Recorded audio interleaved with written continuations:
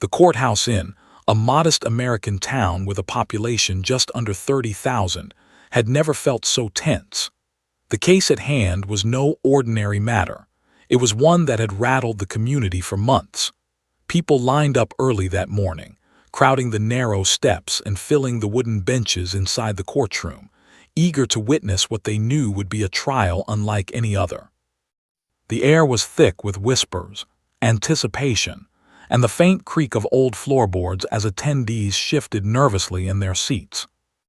At the center of it all sat the defendant, Harlan, a man whose name had become synonymous with fear in. He was accused of robbery, intimidation, and violent assault, crimes that left scars not just on victims but on the community itself. His presence in the courtroom was chilling. Tall and broad-shouldered, he sat slouched in his chair at the defense table, an arrogant half-smirk fixed on his face.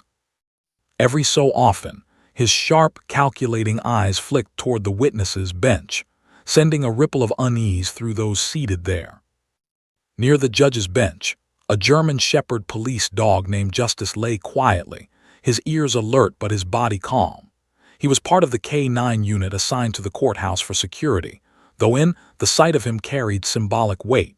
Many knew him from community events and police demonstrations, an animal whose loyalty and training made him a silent guardian of truth. Today, though, Justice seemed to embody something more. His steady presence was a contrast to the chaos in the room. Reporters with notepads ready sat in the back row, their pens scratching furiously whenever a new detail emerged. They had covered many trials, but this one had the promise of being front-page material. Their cameras were banned from the room, but their words would paint the picture for readers far beyond. And in the second row, seated among other families, was a young woman named Brooks. She was slender, her face pale from worry, and she clutched a small child to her lap, a 3-year-old girl with bright eyes and curly hair. Hadn't planned to bring her daughter into the courtroom, but circumstances had forced her hand.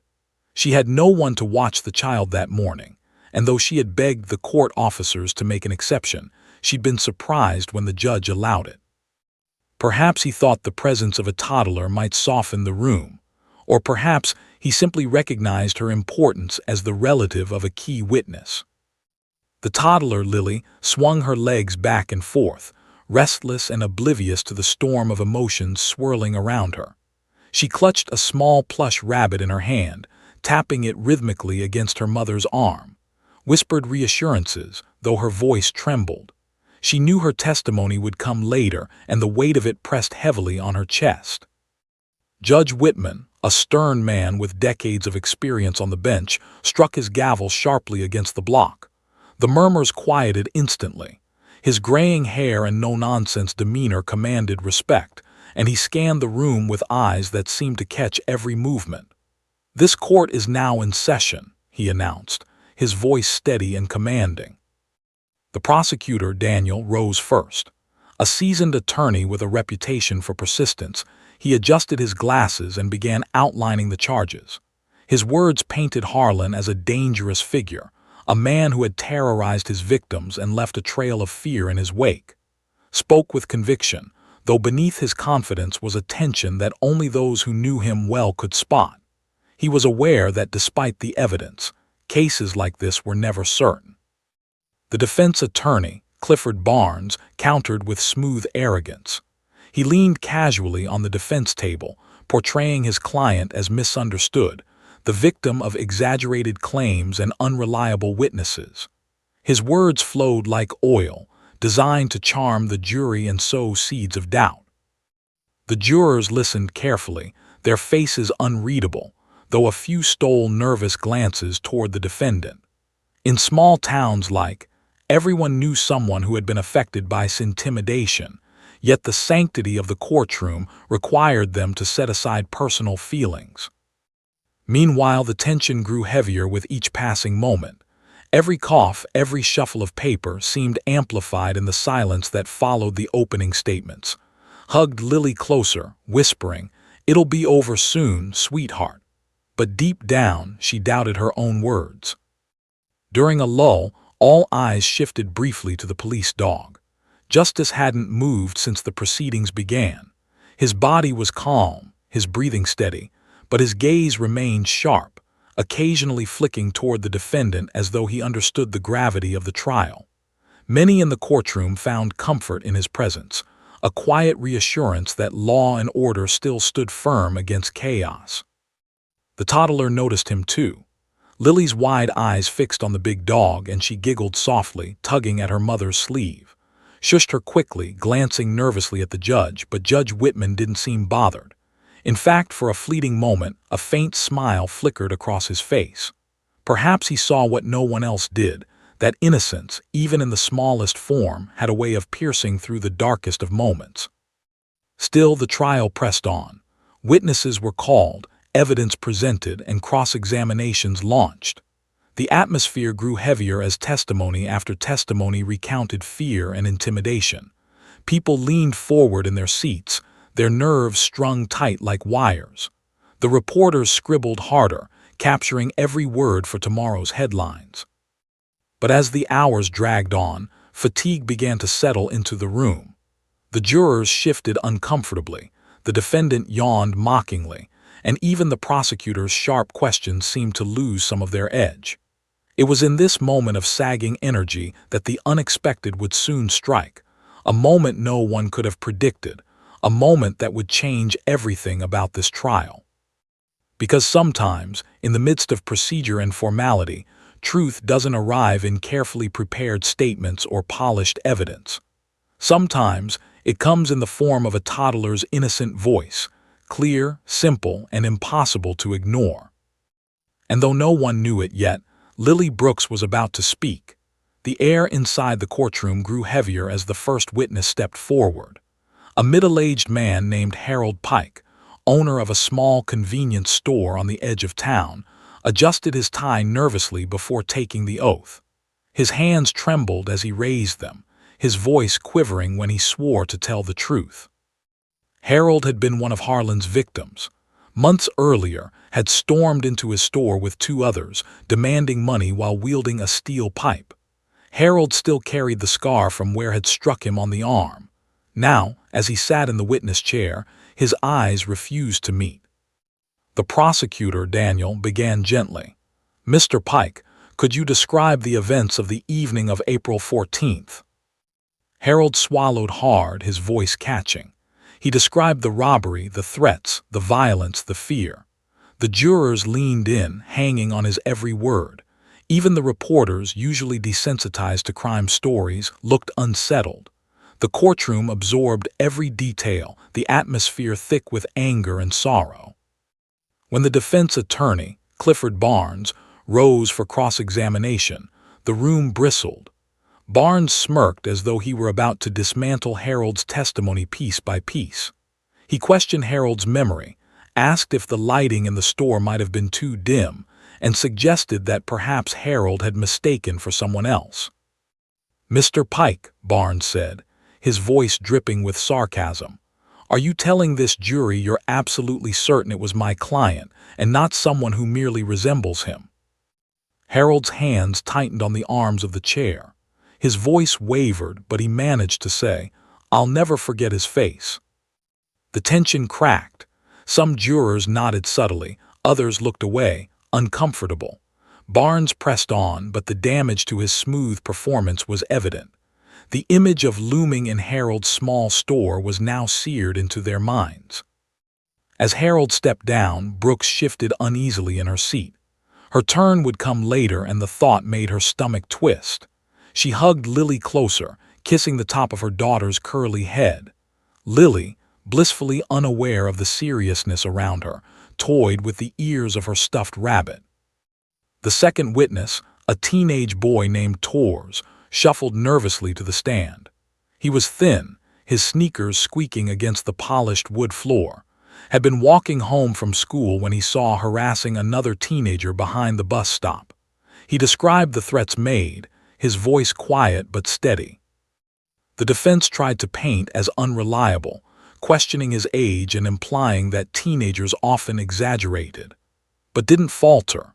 His wide, earnest eyes spoke volumes, and the jury seemed to recognize that this was not a boy eager for attention, but one who carried the weight of fear. The case grew more layered with each testimony. Witness after witness described encounters with intimidation, threats, violence. None of them were physically harmed as badly as Harold, but the common thread was unmistakable, thrived on instilling fear. Still, Clifford Barnes never lost his smirk. He poked holes in memories, pointed out minor inconsistencies, and implied that the police had rushed to judgment. His tone suggested confidence, and for a moment, some wondered if he might succeed in planting enough doubt to sway the jury. Meanwhile, sat motionless at the defense table. He leaned back in his chair, his hands clasped in front of him, eyes scanning the courtroom with casual arrogance. Occasionally, he'd glance at the witnesses and smirk as though mocking their fear. That smirk unsettled nearly everyone in the room, jurors, spectators, even the court officers stationed along the walls. But there was one who didn't flinch under stare, Justice, the police dog. The German shepherd hadn't moved since the proceedings began, but his sharp gaze often rested on, as if the animal sensed something others could not. Children in town often described Justice as having eyes that see through lies. Adults laughed at the description, but in moments like this, starring its cold arrogance, people found themselves believing it. During a recess, heart pounded. She could feel eyes on her. Though she wasn't testifying yet, she knew her time was coming. Months earlier, she had seen near the alleyway where the police later found stolen goods. Her testimony could link him to the crime scene, but she feared the consequences. She whispered to herself, "Stay strong for Lily." Lily, oblivious to her mother's inner turmoil, wriggled in her lap and pointed toward Justice. "Doggy," she said softly, her face lighting up with innocent delight. Hushed her quickly, afraid of drawing attention, but the moment wasn't lost. A few people smiled faintly, grateful for even a second of lightness in such a grim setting. When court resumed, the prosecutor introduced physical evidence, photographs of the stolen goods, fingerprints that matched, and surveillance footage, though grainy, showing a figure resembling him. Barnes objected frequently, questioning the chain of custody, dismissing the footage as inconclusive, but the judge allowed most of it. Jurors studied the evidence with furrowed brows, their minds piecing together the puzzle. Yet even with all this, the atmosphere remained uncertain. Trials were unpredictable. Evidence could be dismissed, testimonies doubted. The prosecution needed more, something undeniable, something that struck the jury in a way logic alone could not. As the day wore on, fatigue set in. The prosecutor's voice, though steady, grew hoarse. The defense lawyer's smirk faltered slightly, but he still projected confidence. The jury shifted in their seats, restless and weary from hours of testimony. The audience too felt drained, their nerves stretched thin from the relentless march of details. And yet, in the middle of all this, one small child fidgeted, unbothered by the weight of justice hanging in the air. Lily Brooks, with her soft giggles and curious eyes, was the only spark of innocence in a room clouded by fear and anger. Her gaze returned again and again to Justice, the police dog. She tilted her head, mimicking the dog's calm watchfulness. To her, it was a game. To everyone else, it was a reminder that she was far too young to be here, far too young to witness the darkness of grown men's sins. Whispered soothingly, trying to keep her daughter quiet, but in truth, she drew strength from Lily's presence. The child was her anchor in a storm she wished she could escape. None of them knew that before the trial was over, Lily would do something no lawyer, no prosecutor, no judge could have predicted. Something that would silence the room, tilt the balance, and leave every person present with a story they would never forget. But for now, all eyes remained on Harlan, a man who seemed untouchable. The evidence stacked against him, yet he smirked as though he had already won. He was confident the jury would falter, that witnesses would waver, that doubt would seep into the cracks. He had no idea that a 3-year-old girl, with nothing more than 2 innocent words, would soon shatter the arrogance he wore like armor. The second day of the trial began with a gray drizzle outside the courthouse. Reporters huddled under umbrellas, scribbling last-minute notes before rushing inside, buzzed with talk of the case. Some said Harlan's smirk meant he knew something no one else did. Others swore the evidence was strong enough to bury him. The truth was, no one could predict how the jury would decide, and that uncertainty kept the town on edge. Inside, the courtroom felt colder than the weather outside. The wood-paneled walls seemed to trap the tension, amplifying every sigh, every cough, every scrape of a chair against the floor. Judge Whitman entered with his usual stern expression, his gavel cutting through the murmur of voices. "Court is in session," he announced, and silence fell like a heavy curtain. The morning was devoted to cross-examinations. Clifford Barnes, ever confident, tore into the credibility of witnesses with sharp precision. His questions were designed not to reveal truth, but to plant shadows of doubt. He leaned against the podium, smiled at jurors, and painted his client as the target of an overzealous police force desperate for a conviction. Sat at the defense table like a king on a throne, his posture relaxed, his smirk unwavering. Occasionally, he adjusted his tie or whispered something to Barnes, who nodded with calculated ease. The jurors stole glances at him, trying to decide if his calm demeanor was innocence or arrogance. On the opposite side, Prosecutor Daniel grew more rigid as the morning wore on. His voice carried strength, but his eyes betrayed exhaustion. He shuffled papers, recalibrated his strategy, and reminded himself that truth was often fragile in a courtroom. Facts alone were not enough. He needed the jury to believe.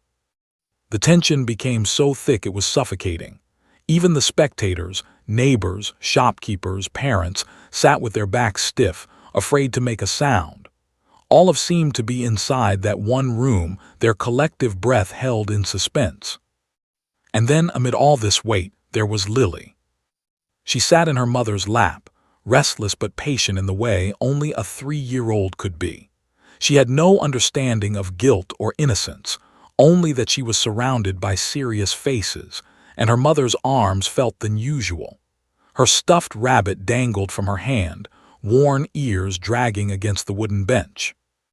Her gaze kept returning to Justice, the police dog stationed beside the judge. The German shepherd hadn't moved much, but his very presence fascinated her. His coat gleamed under the dim lights, and his calm eyes seemed alive with quiet intelligence. Unlike the grim adults around her, Justice radiated a steady, comforting energy. At first, Lily only pointed, tugging at her mother's sleeve. "Doggy," she whispered, her voice a soft melody in the thick silence, shushed her quickly, terrified of disturbing the proceedings. But the child was persistent. She wriggled, stretching her tiny body to catch another glimpse. The jurors noticed, some suppressing faint smiles. Even the stern bailiffs at the doors couldn't help but glance at the small figure wriggling in her seat. For a moment, the heavy mood lifted just slightly, replaced by the simple truth of innocence. However she kissed the top of Lily's head, whispering, "Baby, we have to be quiet." But the little girl was not easily restrained. When the judge called for a brief recess, Lily seized her chance. The moment the gavel struck, signaling the break, Lily slipped from her mother's lap. Before could react, the child's small shoes tapped across the floor. Gasps rose from the benches as the toddler waddled, stuffed rabbit in hand, straight toward the police dog. "Lily," whispered harshly, reaching out, but it was too late. The room froze. Reporters paused mid-sentence. Jurors stared wide-eyed. Even Judge Whitman leaned forward, unsure if he should intervene. The bailiffs exchanged glances but did not move. After all, it was only a child. Justice, ever disciplined, remained perfectly still. His ears perked slightly as Lily approached, his dark eyes fixed on her. He had faced violent criminals, chaotic protests, and dangerous streets, but now he found himself nose to nose with a giggling 3-year-old. The toddler stopped right in front of him. For a heartbeat, the room held its breath. No one spoke. No one moved.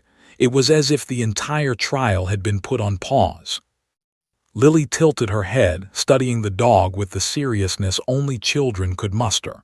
Then she giggled and pressed her small hand against his fur. Justice didn't flinch. He merely blinked slowly, accepting the child's innocent touch. A ripple of nervous laughter swept through the room, quickly hushed.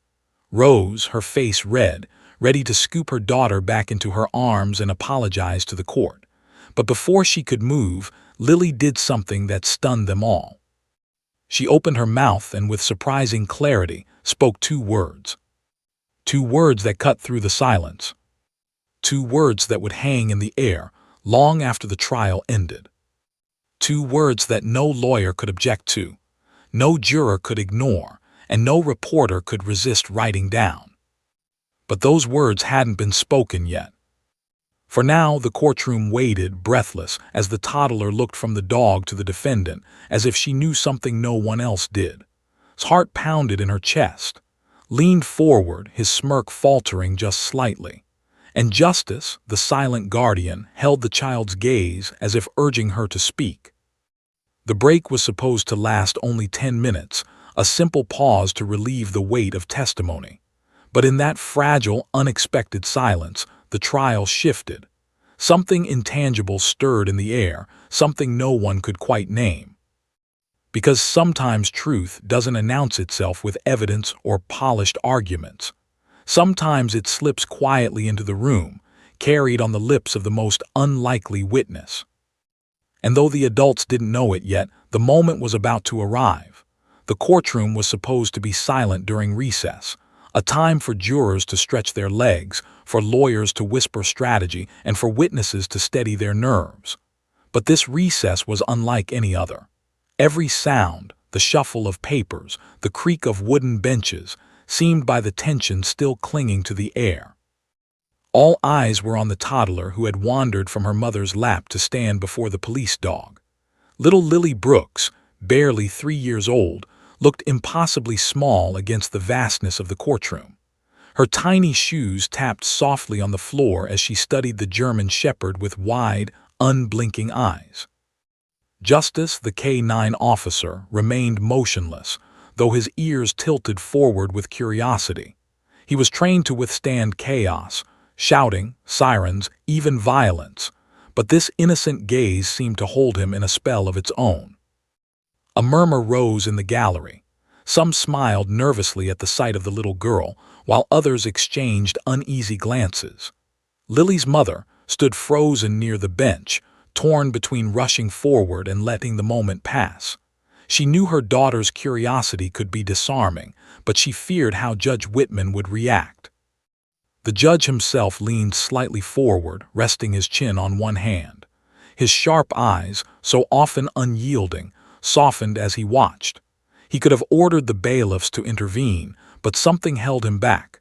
It was as if he sensed the moment carried a weight none of them yet understood. The toddler giggled softly, her voice like a bell in the cavernous room. She reached out, brushing her tiny hand against the dog's thick fur. Gasps rippled across the room, some out of fear that the dog might react, others from sheer astonishment at the innocence of the gesture. But Justice didn't move. He simply blinked, calm and steady. For a moment, time seemed suspended. The tension of the trial, the weight of evidence, the arrogance of the defendant, all of it faded into the background. Every gaze in the room was fixed on the child. Then Lily lifted her head. Her bright eyes, filled with childlike certainty, drifted away from the dog and landed squarely on Harlan. The smirk on his face faltered. He shifted in his chair, frowning slightly as the child stared at him. He tried to dismiss it, leaning back with forced nonchalance, but the intensity of her gaze unnerved him. And then, clear and piercing, Lily spoke. "Bad man." The words rang out like a gavel strike. The effect was immediate. The entire courtroom froze as if the air had been sucked out of the room. Conversation stopped mid-sentence. The scratch of reporters' pens ceased. Even the creak of benches stilled. It was as though the world itself had paused to register the sound. gasped, her hand flying to her mouth. "Lily," she whispered urgently, rushing forward. She scooped the child into her arms, murmuring frantic apologies. "I'm so sorry, Your Honor, she doesn't know, she's just a child." But her words barely reached anyone's ears. The two words her daughter had spoken lingered in the air, echoing in every corner of the courtroom. The jurors exchanged glances, their faces pale with shock. Some looked at, others at the child, but none could erase the simplicity of what they'd just heard. Two words. No embellishment, no exaggeration, just the raw certainty of innocence. The prosecutor, Daniel, stood frozen beside his table, papers clutched in his hand. For once, he had no words. He knew he couldn't use the child's statement as evidence. It had no place in the official record. Yet, he also knew it didn't matter. Those words had landed deeper than any piece of testimony he had presented so far. Clifford Barnes, the defense attorney, was the first to react. He leapt to his feet, his voice sharp and indignant. "Objection, Your Honor. This is highly inappropriate. The child's outburst is irrelevant, prejudicial, and should be stricken from the minds of the jury immediately." Judge Whitman's gavel struck once, twice, demanding silence. "Order in the court," he barked, though even his voice carried a hint of tremor. He turned his stern gaze toward the jury. "You will disregard the statement made by the child. It holds no bearing on this case." But everyone in the room knew the truth. The words could not be unheard. Shifted uncomfortably in his seat. For the first time since the trial began, the mask of arrogance slipped. He adjusted his tie nervously, his eyes darting around the room. The smirk that had once infuriated witnesses was gone, replaced by a flicker of unease. Justice, still lying calmly near the bench, lifted his head. His eyes followed with quiet intensity, as though silently affirming the child's statement. The symbolism wasn't lost on those watching. The loyal police dog and the innocent toddler, united in an unspoken truth, had shaken the foundation of the defense. Sat back down, her daughter clutched tightly against her chest. Her face burned with embarrassment, but inside her heart pounded with something else, an unexplainable certainty that Lily had seen more clearly than any adult in the room. Reporters scribbled furiously in their notebooks. They knew the headline before the trial was even over. Toddler's two-word statement silences courtroom. The moment was too powerful, too human to ignore. The judge called for another recess, his gavel striking harder than before. "We will reconvene in 15 minutes, he announced, his voice tight. He left the bench quickly, perhaps to compose himself. As people filed out into the hallway, the air buzzed with whispers. "Did you hear her? Out of the mouths of babes." She pointed right at him. No one could stop talking about it. Barnes stormed past reporters, barking about fairness and prejudice. By contrast, said nothing, his lips pressed into a thin line. But inside, he felt a glimmer of hope. He knew he couldn't rely on the child's words as evidence, yet he also knew the jury was only human. Humans couldn't erase what they'd heard. Back at the defense table, leaned forward, whispering furiously to his attorney. His hands fidgeted, his leg bounced beneath the table. For the first time, the man who had ruled through fear looked rattled. And in the second row, stroked her daughter's hair, whispering, "You don't know what you've done, sweetheart." But deep down, she suspected Lily had done exactly what needed to be done. The toddler's words were not testimony. They weren't admissible. They didn't belong in the court record. But they belonged to the moment, and that moment was already rewriting the trial. Because sometimes, the truth doesn't come from sworn witnesses or carefully presented evidence. Sometimes it comes from innocence, spoken without hesitation, in a voice too small to be rehearsed, too untainted to be doubted. And that truth had just shattered the courtroom. The echo of Lily's words still lingered in the air long after the judge's gavel called for recess. Even as the courtroom emptied into the wide, marble-floored hallways of the courthouse, people moved as if they were carrying something invisible on their shoulders. They weren't just witnesses or jurors or spectators anymore. They were keepers of a secret too powerful to shake. Bad man. 2 syllables from the mouth of a toddler had achieved what hours of testimony had not. It pierced through every layer of denial and defense. The hallway outside hummed with tension. Reporters darted like wasps, thrusting recorders toward anyone remotely connected to the trial. "Did you hear what the girl said?" one journalist asked a shaken juror who refused to respond, clutching her handbag like a shield. "Is it true the dog reacted too?" another pressed, trying to catch her. The bailiffs worked overtime to corral the press, barking orders. "No comments. Step back." But it was useless. The story was already alive, spreading like wildfire through text messages, radio updates, and social media posts. Inside the prosecution's chamber, Daniel sat alone at the table, staring at a cup of untouched coffee. His assistant had gone to fetch documents, but Daniel couldn't focus on paperwork. His mind kept returning to Lily's small, clear voice. He knew he couldn't mention her words during arguments, they were inadmissible, but he also knew something fundamental had shifted. Jurors weren't machines, they were human. They would carry those words into deliberation, no matter how many times the judge told them to ignore them. He exhaled slowly, murmuring to himself, "Sometimes the truth doesn't need evidence. Sometimes it just needs to be heard." On the other side of the courthouse, defense attorney Clifford Barnes was packing like a trapped animal. His client, Harlan, sat in the corner, arms crossed tightly, a storm cloud brewing on his face.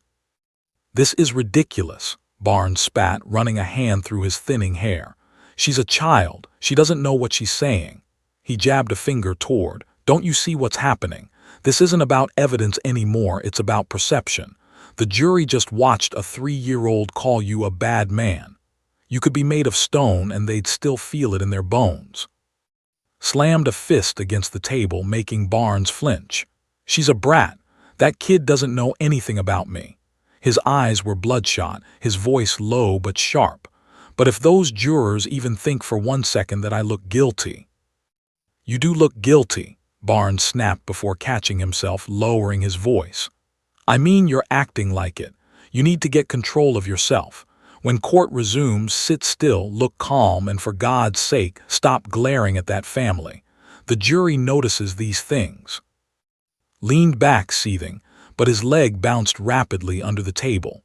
His composure was slipping, and for the first time, Clifford saw a crack in the man who had always carried himself like an untouchable predator. Meanwhile, sat in the witness room, holding Lily close. She rocked her daughter gently, whispering lullabies, but her own heart was far from calm. Other witnesses trickled in and out, offering awkward smiles, but most avoided speaking. No one quite knew what to say to the woman whose child had just rattled the entire trial. "Mommy, was I bad?" Lily asked in a small voice, playing with the edge of scarf. Kissed her daughter's forehead. "No, sweetheart, you were just honest." But deep inside, couldn't shake the eerie certainty that Lily had spoken something more than honesty. It had been instinct, truth too pure for adults to recognize but impossible to ignore. When the recess ended and the courtroom reconvened, there was a charged hush in the air. Judge Whitman's face was set in granite, but his eyes betrayed the fatigue of a man who had just witnessed something no law book could explain. "Ladies and of the jury," he said firmly, "you are reminded again to disregard the earlier outburst. It holds no weight in this case. You must focus solely on the evidence presented under oath." His words were clear, his tone stern, but they floated uselessly in the air. The jurors nodded obediently, yet none of them could erase the image of Lily standing in her tiny shoes, pointing toward, her voice ringing like truth. The prosecution resumed questioning, this time with renewed fire. Daniel, normally composed, leaned into every detail, emphasizing timelines, exposing contradictions. Every time shifted uncomfortably, Daniel's eyes flicked toward him, subtly reminding the jury of his discomfort. "Mr. Harlan," Daniel asked during cross-examination of a witness, claimed he was at a friend's house at 9 o'clock. Yet the neighbor's security footage places his vehicle 2 blocks from the victim's residence at the same time. Can you explain that? The defense scrambled, Barnes objecting at every turn, but the cracks were showing. Once steady demeanor dissolved into restless shifting and clenched jaws. Jurors noticed. They couldn't help but notice. Justice, the K9, lay silently by the bench, but more than once his head turned toward, his gaze steady, unyielding. It wasn't aggression, just watchfulness, but in the charged atmosphere it felt symbolic. The dog, like the child, seemed to see something beyond the courtroom walls. By late afternoon, the courtroom was buzzing again. Every answer gave through his attorney's prompting felt thinner, weaker. Every objection from the defense sounded more desperate.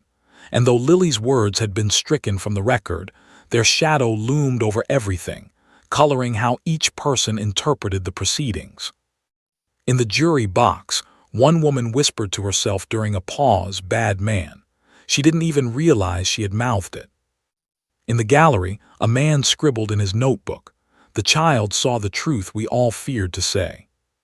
Even Judge Whitman, hardened by decades of trials, found himself unsettled. He reminded himself of the law, the rules of evidence, the sanctity of impartiality. But deep down, he knew this trial had crossed into territory beyond statutes. Something raw, something undeniably human was at play. As the gavel struck to adjourn for the day, reporters practically leapt from their seats, racing to get their stories filed. Headlines were already forming.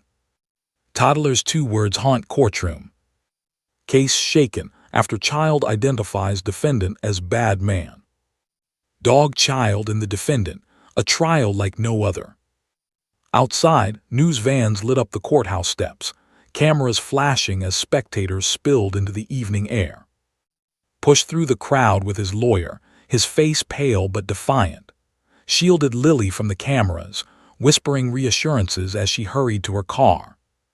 And all the while, the ripple spread wider, through the town, through the state, and across the country as the story made its way into headlines. 2 words, 2 syllables, yet they had rattled the walls of justice more than any argument could. Because while laws could ignore them, hearts could not. And Harlan knew, with a sinking dread he couldn't admit aloud, that the tide was turning against him. The courtroom the following morning felt different, as though the air itself carried weight. The sunlight streaming through the tall windows no longer seemed warm but harsh, exposing every detail, every twitch, every shadow. People filed in quietly, their voices hushed. Even the reporters, who usually jostled noisily for position, seemed subdued, their eyes darting between the defense table and the small bench where sat with Lily. Harlan looked worn. The arrogant confidence he had once carried like a badge was fading. His suit, though expensive, appeared crumpled as if he had slept in it. His jaw was clenched so tightly that his cheekbones stood out sharp beneath his skin.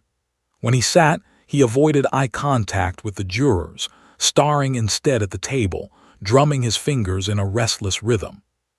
His attorney, Clifford Barnes, whispered furiously at him, urging him to appear calm. "Jurors read body language," he muttered. "Every twitch makes you look guilty," but wasn't listening. His gaze kept flicking toward the gallery, toward the mother and child sitting quietly under the watchful eye of a bailiff.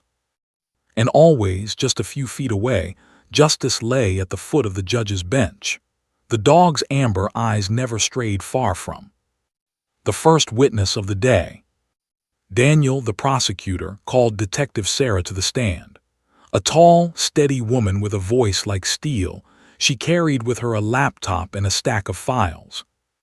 "Detective," Daniel began, packing slowly before the jury, "during your investigation, were you able to obtain any surveillance footage relevant to the case?" "Yes," replied firmly. "Several cameras in the vicinity of the victim's residence captured activity on the night in question." "Would you please describe what those cameras recorded?" Nodded. At 9:02 p.m., a vehicle matching the make, model, and license plate of the defendant's car was seen turning onto Willow Street, just 2 blocks from the victim's home. At 9:07 p.m., the same car is captured parking near an alleyway with no other traffic present. A hush swept over the room as the footage played on the courtroom screen. The grainy video wasn't cinematic, but it didn't need to be. The jurors leaned forward, some squinting, some whispering softly. The license plate was blurry, but testimony filled in the gaps. It was Carr. Barnes shot up. "Objection. The footage is inconclusive. The plate isn't clear, and dozens of cars could match that description." Judge Whitman raised an eyebrow. "Overruled. The detective has to matching the registration records. The jury may consider the weight of the evidence." Barnes sat down hard, muttering under his breath. At the defense table, shifted in his seat, adjusting his tie for the 10th time. Beads of sweat dotted his forehead. "The alibi weakens." Daniel pressed further. "Detective, the defendant claims he was visiting a friend at the time. Did your investigation confirm this alibi?" "No, sir," said, her tone crisp. "The individual Mr. Harlan named as his alibi stated under sworn interview that he had not seen Mr. Harlan in over a week." The words landed like a hammer. A juror in the back row visibly jolted, eyes widening. Another scribbled a note furiously. Barnes objected again, stammering about hearsay, but Daniel quickly produced the signed affidavit from the supposed alibi. The judge allowed it, and the jury took copies. His hand twitched against the table. He glanced quickly at the jury, then at the cameras, his mask slipping. For a brief moment his expression twisted, anger, fear, desperation. But then it was gone. Still, those who saw it couldn't unsee it. The whisper of the jury. Jurors are trained to be impartial, but they are human first, and humans notice. They notice the way avoided looking at the footage. They notice how he tapped his fingers faster with every question. They notice how, when the alibi fell apart, his shoulders slumped slightly, betraying the tiniest crack of defeat. One juror, a middle-aged teacher, shifted in her seat, thinking of her own students. She remembered how even the youngest could sense dishonesty before adults rationalized it away. Lily's words replayed in her mind. "Bad man." She shook her head, trying to push it aside, but the thought clung stubbornly. The dog's reaction. During a pause in testimony, as the defense scrambled for their next objection, Justice rose silently to his feet. The dog padded a few steps forward, his gaze fixed on. The movement was aggressive, his ears were relaxed, his tail low, but the suddenness drew every eye. Froze, his hand gripping the armrest tightly. "Control your animal," Barnes barked. But Justice's handler officer shook his head calmly. "He's not out of control, he's alert. He only stands when something changes." The judge ordered silence, but the symbolism wasn't lost. The jurors exchanged glances. Even the dog seemed to sense the cracks forming in the defendant's story. The witness nobody expected. Daniel called one final witness for the day. A gas station clerk named, nervous but resolute. "Mister, were you working on the night of the incident?"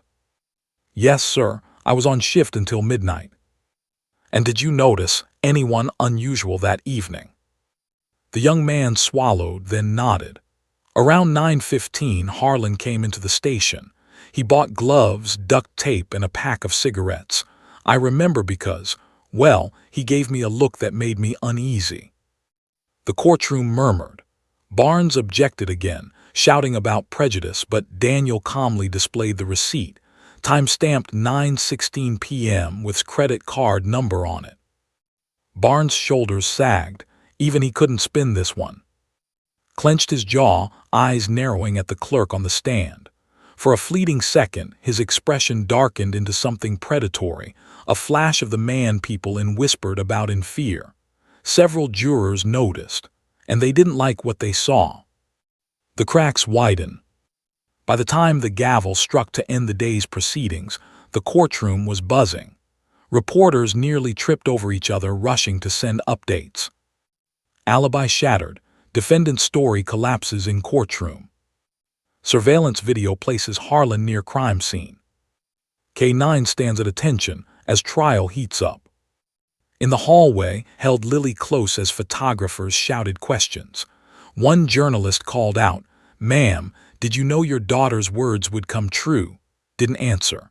She only tightened her hold on Lily and walked quickly toward the parking lot. At the defense table, lashed out at his attorney. "You're supposed to protect me. You're letting them bury me." His voice was low but venomous, and several onlookers caught it. Barnes rubbed his temples, his face pale.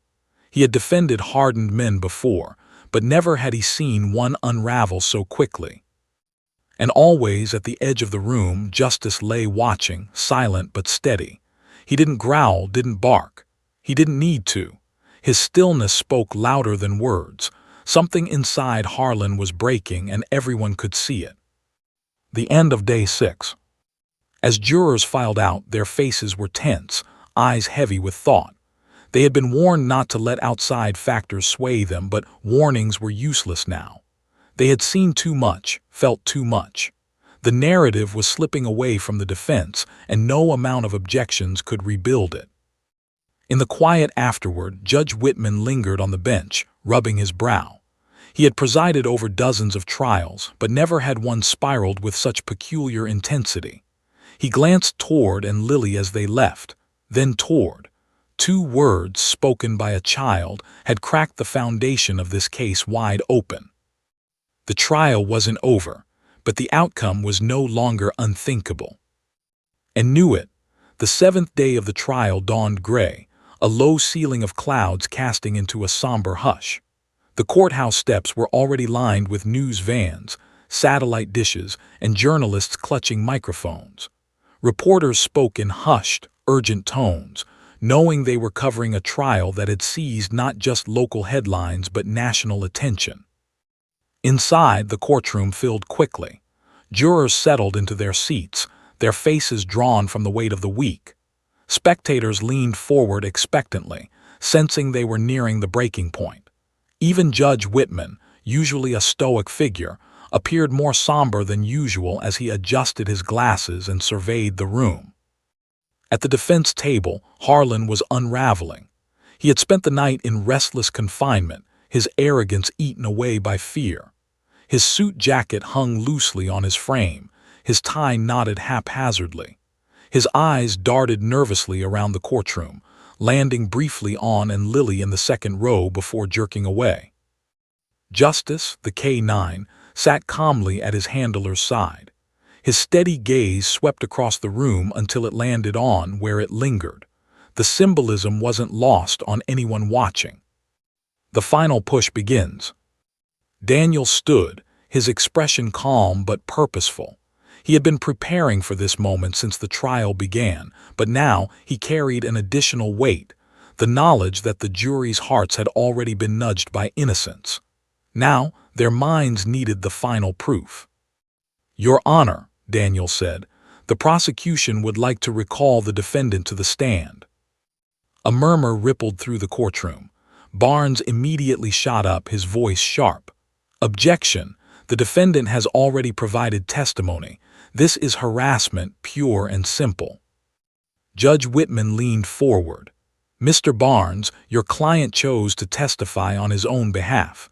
The prosecution has every right to recall him for further questioning.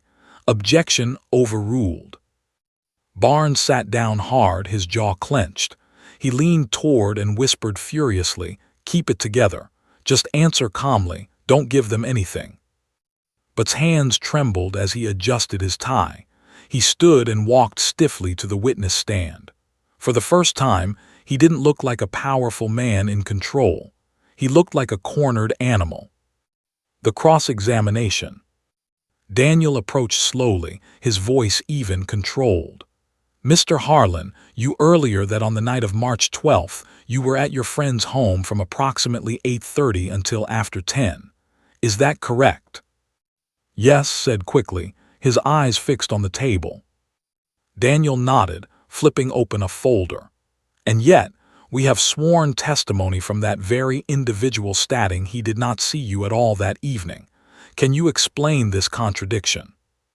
His jaw tightened. He's lying, he must forgotten. Daniel raised an eyebrow. Forgotten? A close friend forgot whether you were at his home the night a violent crime occurred. Barnes jumped up. Objection argumentative. Overruled, the judge said without hesitation. Daniel stepped closer. Mr. Harlan, are you aware of the surveillance footage showing your car near the scene at 9:02? That's not my car, snapped. And yet, Daniel continued smoothly, the registration records match your license plate. Detective under oath that the vehicle was yours. Are you claiming she fabricated evidence? His face flushed red. I'm saying she's wrong. Daniel let the silence hang for a moment. The jurors' pens scratched furiously against their notepads. The fatal slip. Daniel adjusted his glasses and turned a page in his notes. Now, Mr. Harlan, you also claimed you had no interaction with the victim that evening. Is that still your testimony? Yes. Daniel's tone sharpened. Then how do you explain the gas station receipt, timestamped 9:16 p.m., showing your credit card was used to purchase gloves and duct tape just blocks from the victim's home?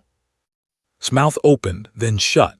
His eyes darted toward Barnes, who motioned desperately for him to stay calm. Someone stole my card, blurted. Daniel's eyebrow arched. Stole your card, and then returned it to your wallet by the time you were arrested the next morning. A ripple of laughter spread through the gallery before Judge Whitman banged his gavel for silence. But the damage was done. The jury had seen stumble. Daniel pressed harder. Mr. Harlan, isn't it true that you were in that gas station at 9:16, purchasing items you later used that very night? No, shouted, his voice breaking. I wasn't there. Daniel leaned forward, his voice low but sharp as a knife. Then how do you know what time I was referring to? The words hit like an explosion.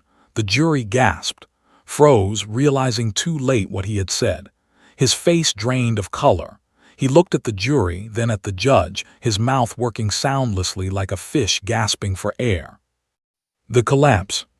Barnes leapt to his feet. Objection, my client misspoke. But Judge Whitman's voice thundered over him. Order, order in this courtroom. His gavel slammed down, but the electricity couldn't be contained. Daniel straightened, his voice steady. No further questions, Your Honor. The silence that followed was deafening. Slumped back into his chair, his composure shattered. He avoided the jury's eyes, his hands trembling visibly. In the gallery held Lily tightly. The little girl, sensing the shift though she couldn't understand it, whispered softly, "Bad man," into her mother's shoulder, closed her eyes, fighting back tears. Justice, the K9, shifted again, his ears pricking, his gaze locked on. To many watching, it felt like confirmation. The jury's faces. The jurors sat rigid, their expressions grave.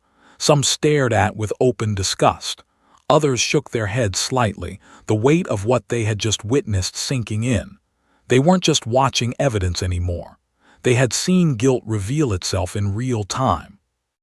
One juror, a retired police officer, leaned back slowly in his chair, exhaling through his nose. He had seen suspects break before, but never in such a dramatic, undeniable slip. The judge's warning. Judge Whitman turned to the jury. You are reminded once again to deliberate based on evidence, not emotion. His voice was firm, but even he knew the defendant's slip was more than emotion. It was fact disguised as a mistake. The end of the day.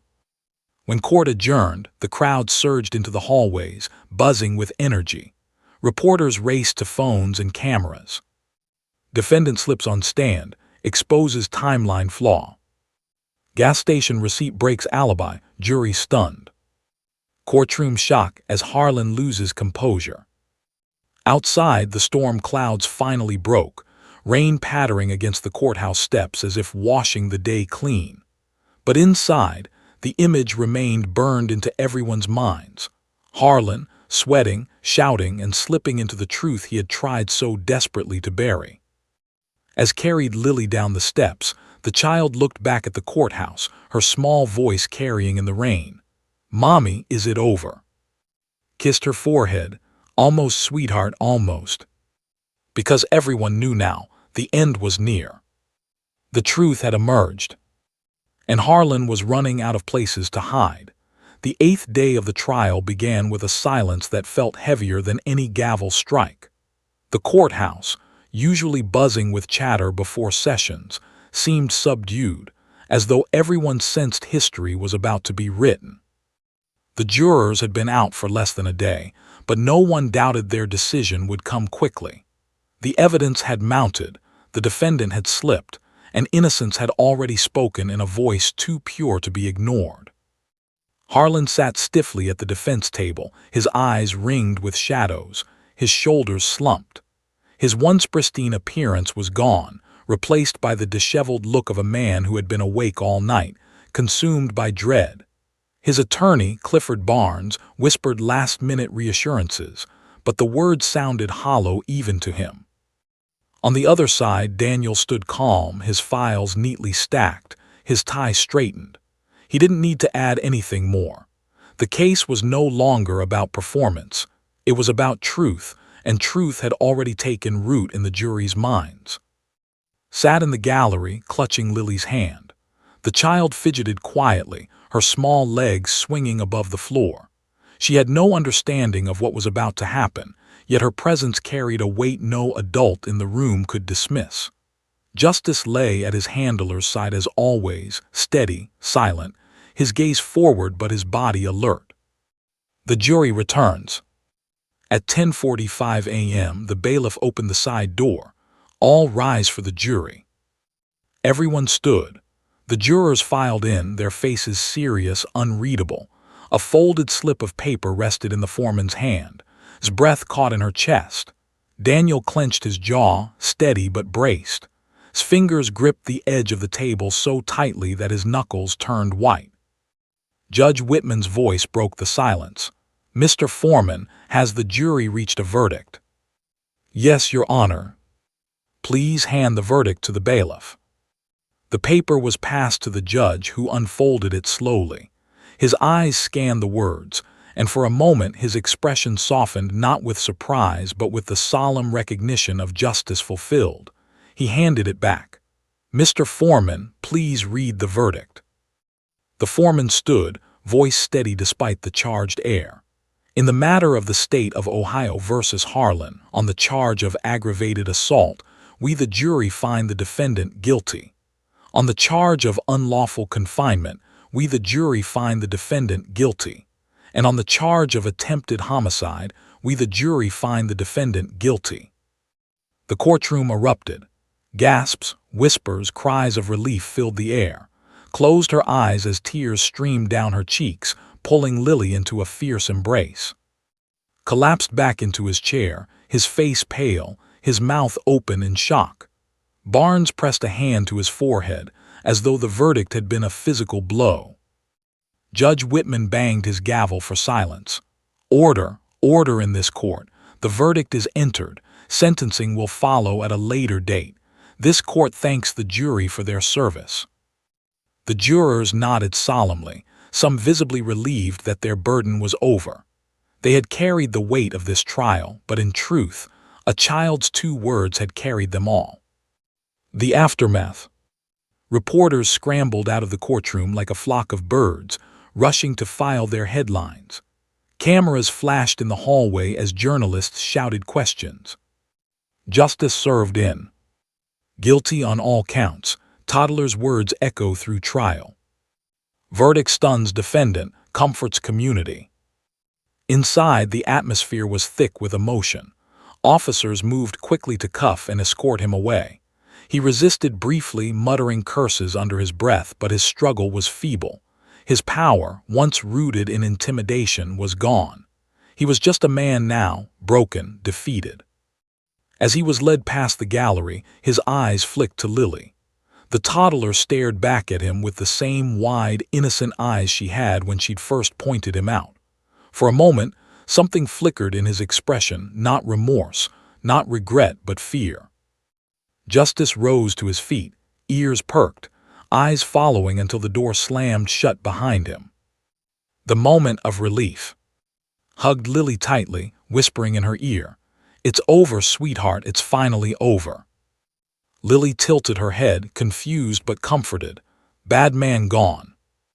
Nodded, her tears falling freely now. "Yes, baby, bad man gone." Nearby, Daniel approached quietly. His voice was gentle, stripped of courtroom bravado. "Mrs. Brooks, you were braver than you know. And your daughter, well, sometimes innocence sees clearer than all of us."